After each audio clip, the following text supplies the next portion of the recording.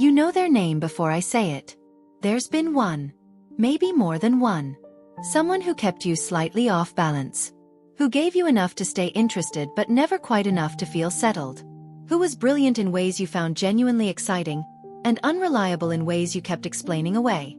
Whose attention, when it came, felt like something you'd earned.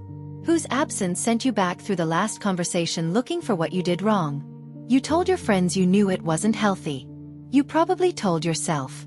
And still, when someone new appeared who was none of those things. Someone clear about how they felt. Someone who showed up when they said they would. Someone whose interest in you was plain and consistent and calm. Something in you went flat. Not immediately. You tried. You told yourself this was what you actually wanted. But the chemistry wasn't there. The pull wasn't there. And eventually you let that one go, or it faded on its own, and you ended up back in the same orbit as the same kind of person you've been trying to leave. You've wondered what that says about you. Whether you're drawn to suffering. Whether something in you is fundamentally incompatible with being loved simply.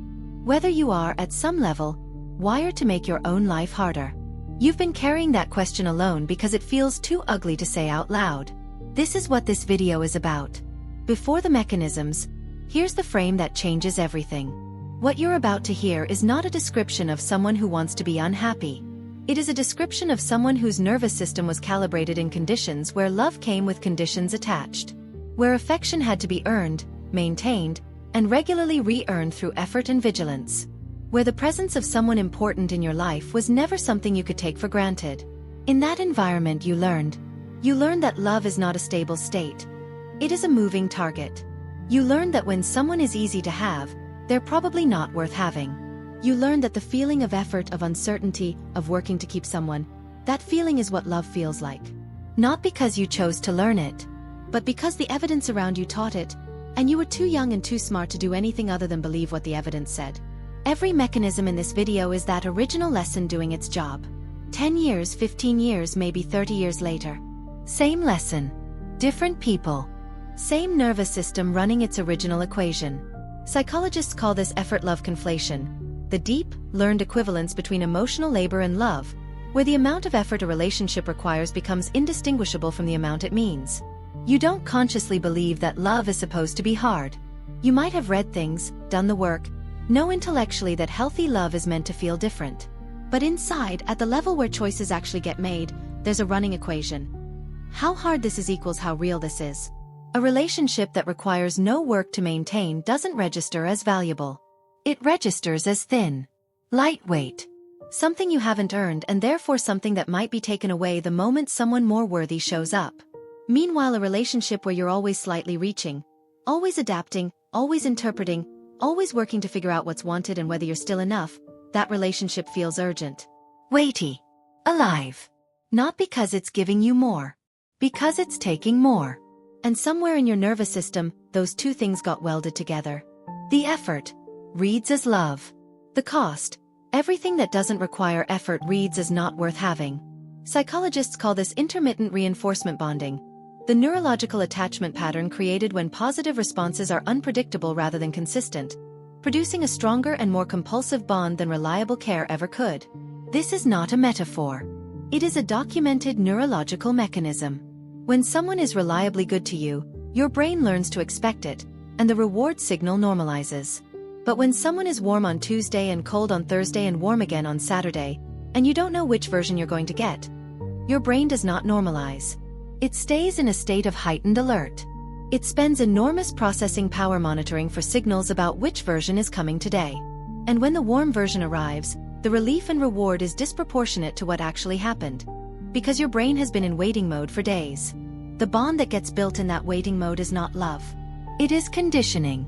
The same mechanism that makes gambling addictive makes unavailable people magnetic. The unpredictability is the hook. And you didn't choose it. Your brain developed it in response to conditions that were real. The reinforcement builds bonds stronger than safety ever could. The cost, consistent care feels like nothing compared to the hit of intermittent validation. Psychologists call this safety boredom conflation, the learned association between emotional safety and emotional disinterest, where the absence of anxiety in a relationship gets experienced as the absence of feeling. You meet someone stable. They're warm. They call when they say they will. They don't leave you guessing. There's no subtext to decode. No version of themselves to figure out. And you feel nothing. Not hostile. Not repelled. Just flat. And you label that flatness as absence of chemistry. Absence of attraction. You tell yourself it's just not there, can't force it, better to be honest. What you may not have considered is that what you're calling chemistry, the pull, the aliveness, the sense that something is at stake, that sensation is not love. It is anxiety.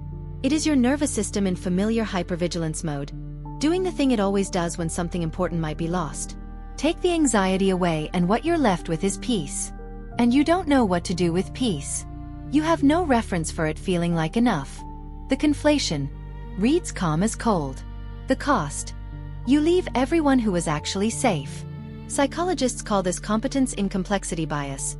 The tendency for high-pattern minds to find environments that reward their full cognitive capacity more engaging than environments that don't require it. This one is specific to how you're wired. Your mind is genuinely good at reading complexity. You notice what people don't say. You track the gap between what someone claims and what their behavior reveals. You hold multiple contradictory interpretations simultaneously and work with all of them. That capacity is real. And an unavailable person activates it completely. They are a problem that uses your whole mind. The inconsistencies to map. The emotional subtext to decode. The moments of genuine warmth to analyze for what they really mean. You are, in a very real sense, intellectually engaged by the complexity of them in a way that a straightforward person simply doesn't provide. This isn't masochism. This is your cognition going to where the interesting problem is. The problem is that you've been using your most sophisticated capabilities on a project that cannot pay off. The bias routes you toward complexity because it feels like aliveness. The cost. You mistake cognitive engagement for romantic compatibility. Psychologists call this worthiness calibration, the unconscious belief that you must work to justify your place in a relationship, and that a relationship which requires no justification must have lower standards than you deserve to meet. If you grew up in an environment where approval was conditional, you came away with an internal theory about how you earn love. Not consciously. But it's operating. It says, when someone accepts you easily, it means you've met a lower bar. When someone is hard to please, it means they have real standards. Meeting real standards means you are actually worthwhile. Failing to meet them confirms what part of you already feared. So the person who is available and clear and generous with their care isn't offering you safety. They're offering you something that feels suspiciously easy. And your nervous system reads easy as unworthy. As not counting. As beneath the threshold of what a person like you should need to earn. You are, without knowing it, choosing the hardest person in the room as a way of proving something that should have been settled a long time ago. The calibration measures your worth by difficulty of the target. The cost. You make yourself earn what you already deserve. Here is the thing nobody says about this pattern. The unavailable person is not the problem. They are not doing this to you. In many cases they are simply being exactly who they are, with their own history and their own incomplete capacity for presence and consistency. The problem is what happens in you in response to them. The problem is the story your nervous system writes about what their inconsistency means. About what you need to do to resolve it. About what it will mean if you can finally get them to stay. Because the story isn't really about them at all. It's about something much older than them. Every unavailable person you've been drawn to has been, in some important sense, a stand-in. A new cast member in a very old story. And the pull you feel toward them, the urgency, the effort, the I just need to figure this out, that is the pull of an unresolved original attachment trying to finally resolve itself through a new body with the same shape. This is why you can't logic your way out of it. You've tried. You know it's not healthy. You've identified the pattern. You've read the books. And the next complicated person walks in and everything you know goes quiet. Because the pull isn't coming from the part of you that reads books. Psychologists call this attachment repetition compulsion. The unconscious drive to recreate familiar relational dynamics as a way of psychologically processing unresolved attachment experiences from early life. This is not a new idea. But what most explanations miss is the internal logic of it. You are not recreating painful dynamics because you enjoy suffering. You are recreating them because your nervous system believes that this time, this version, this person, this scenario, you can finally get it right. You can finally be enough for the person who is hard to reach. You can finally earn the consistent love from the source that withheld it. You can finally resolve the original story. The unavailable person is not just a person you're attracted to. They are a psychological opportunity, perceived below the level of thought, to go back and win the thing you lost. The compulsion chases resolution in the wrong place. The cost: every attempt to resolve the old story with a new person adds another layer to the wound instead of healing it. Psychologists call this proximity tolerance deficit, the learned inability to remain calm and present in a relationship that is close, safe, and stable, because closeness and safety have never reliably coexisted in your relational history. Available people create a specific kind of discomfort. Not because they're doing anything wrong, but because their consistency puts you in unfamiliar territory. You don't know how to exist in a relationship where you're not monitoring for withdrawal. You don't know what to do when someone shows up without subtext. The skills you developed in difficult relational environments, reading moods, preempting disappointment, managing someone's emotional volatility, earning your way back in, none of those skills apply here. And without them, you feel not just bored but incompetent. Like you don't know how to do this. Like the very thing you said you wanted has exposed a gap in your capability that the hard ones never did. So you introduce complexity. You create distance. You find a way to make the easy relationship harder, because hard is the only relational environment your skills are calibrated for. The deficit makes safety feel like skill failure. The cost: you destroy the relationships that were actually built for you. Psychologists call this invisible loyalty bind, the unconscious sense that choosing a loving, available relationship is a betrayal of the relational template you were given, as though accepting simple love invalidates the difficulty of what you came from. This is the most invisible mechanism and possibly the most powerful.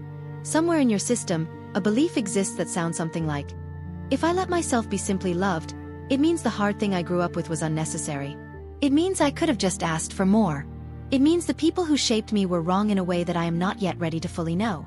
Accepting healthy love requires, on some level, grieving the version of love you were given.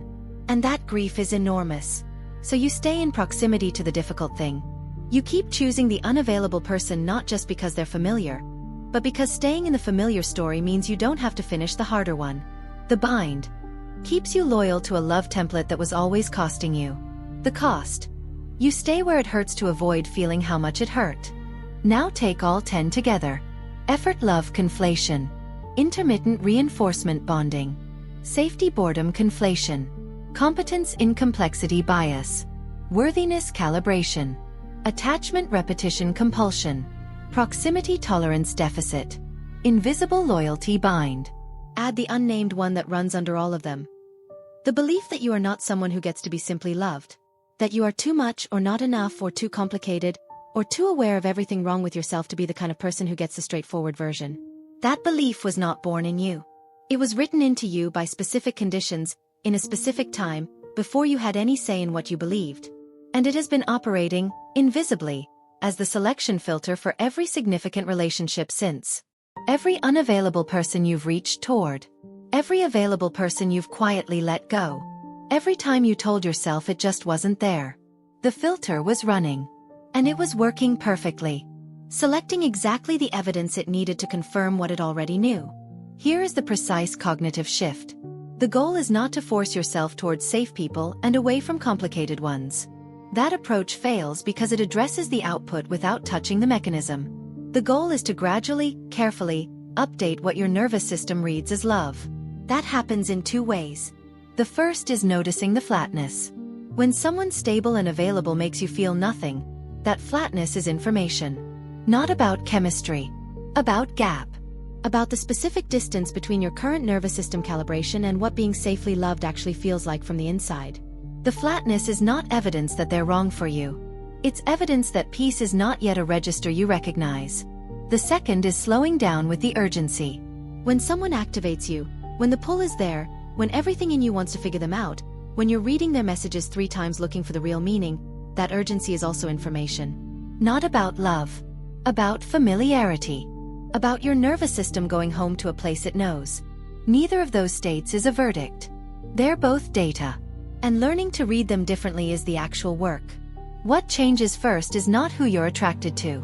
It will take time before your nervous system learns to find peace activating rather than deflating. What changes first is the decision. The moment where you can catch the pattern before you've already acted on it.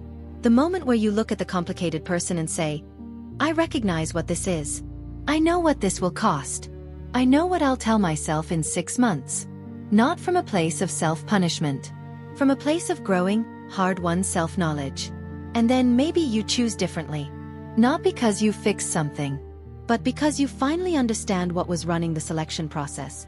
And understanding it, not solving it, not eliminating it, just naming it with precision, is enough to create a pause. And in that pause, a different kind of choice becomes possible. If this video named something you've been too ashamed to look at directly, you don't need a different kind of person to fix it. You need a different conversation with a part of you that still believes it has to earn love by working for people who make it hard to have. That conversation takes time. It takes patience with yourself that you probably haven't been practicing. It takes sitting with flatness long enough to discover that it is not actually emptiness. It's just unfamiliar. If you want more precise language for the ways a certain kind of mind runs its oldest programs in its newest relationships, you know where to find it. Subscribe if this is the kind of psychology you've been looking for. Not soft. Not reassuring. Just accurate. You don't keep choosing unavailable people because you don't want to be loved. You keep choosing them because being loved was never supposed to be this easy.